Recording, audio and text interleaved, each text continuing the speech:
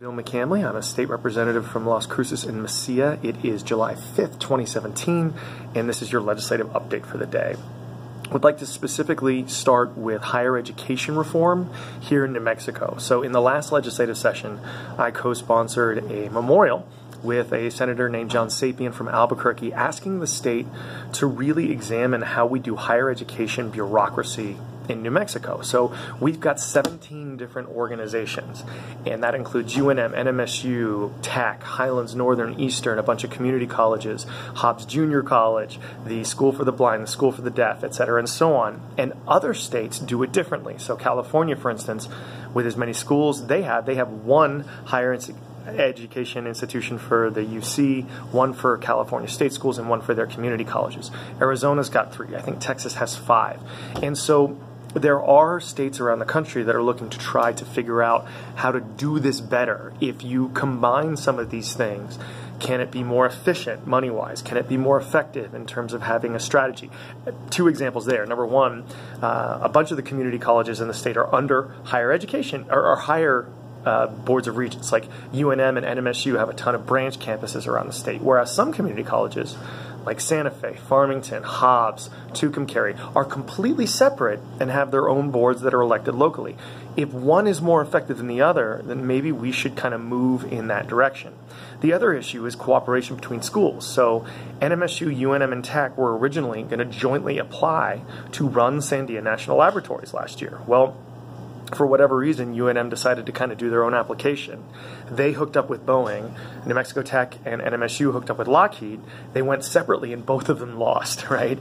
And that's not good for job creation in the state. So if we can find ways of doing that together effectively, it might be a better situation. So I'm on a advisory board for the higher education department over the summer. I'm actually going to a conference in Indianapolis next week to talk about this. And if we can find a way of doing this better, we should definitely do that. And hopefully we'll have a bill in the next session.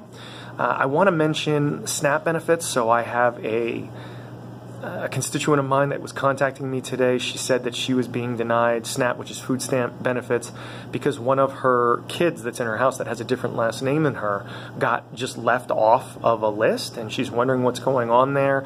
The worry that I have about that is twofold. Number one, there's been a large string of issues with the state in terms of not providing proper food stamp benefits in a lot of different ways over the past year, and I'm hoping that this is not a symptom of those larger scale issues because kids need to eat, and that's why we have food stamps.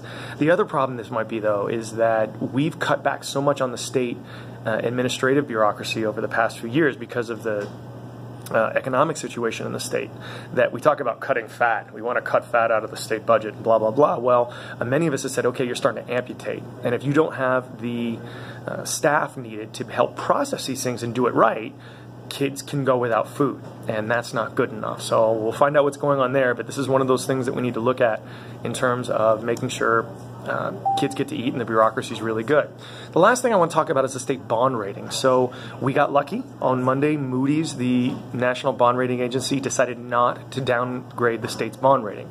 For those of you that haven't watched these regularly, I talk about this all the time. The state bond rating is like the state's rating, like a credit rating for the state, and the higher it is, the less you have to pay when you borrow money. So we borrow money for roads and bridges and buildings and all sorts of things all the time, and if our bond rating goes down, that means you, the taxpayer, have to pay more money to get less roads, bridges, water systems, libraries, schools, etc., and so on. So we got lucky there. However, Moody's also said that New Mexico has a lot of structural problems. What are they talking about? Our tax structure is way too reliant on oil and gas, and when prices are down, as they are now, it really kills the amount of money coming into the state. Healthcare, and what's going to go happen with Medicaid, where 72% of babies and 44% of everybody are on Medicaid. If the Trump care goes through, that's really going to hurt us as a state. Our low employment numbers. For 4 or 5 months in a row, we were first in the nation in unemployment, and we've got to be able to fix those things. If we don't work on those structural problems, we can maybe see our bond rating in the future get downgraded again, and that's why it's important for us to do those now.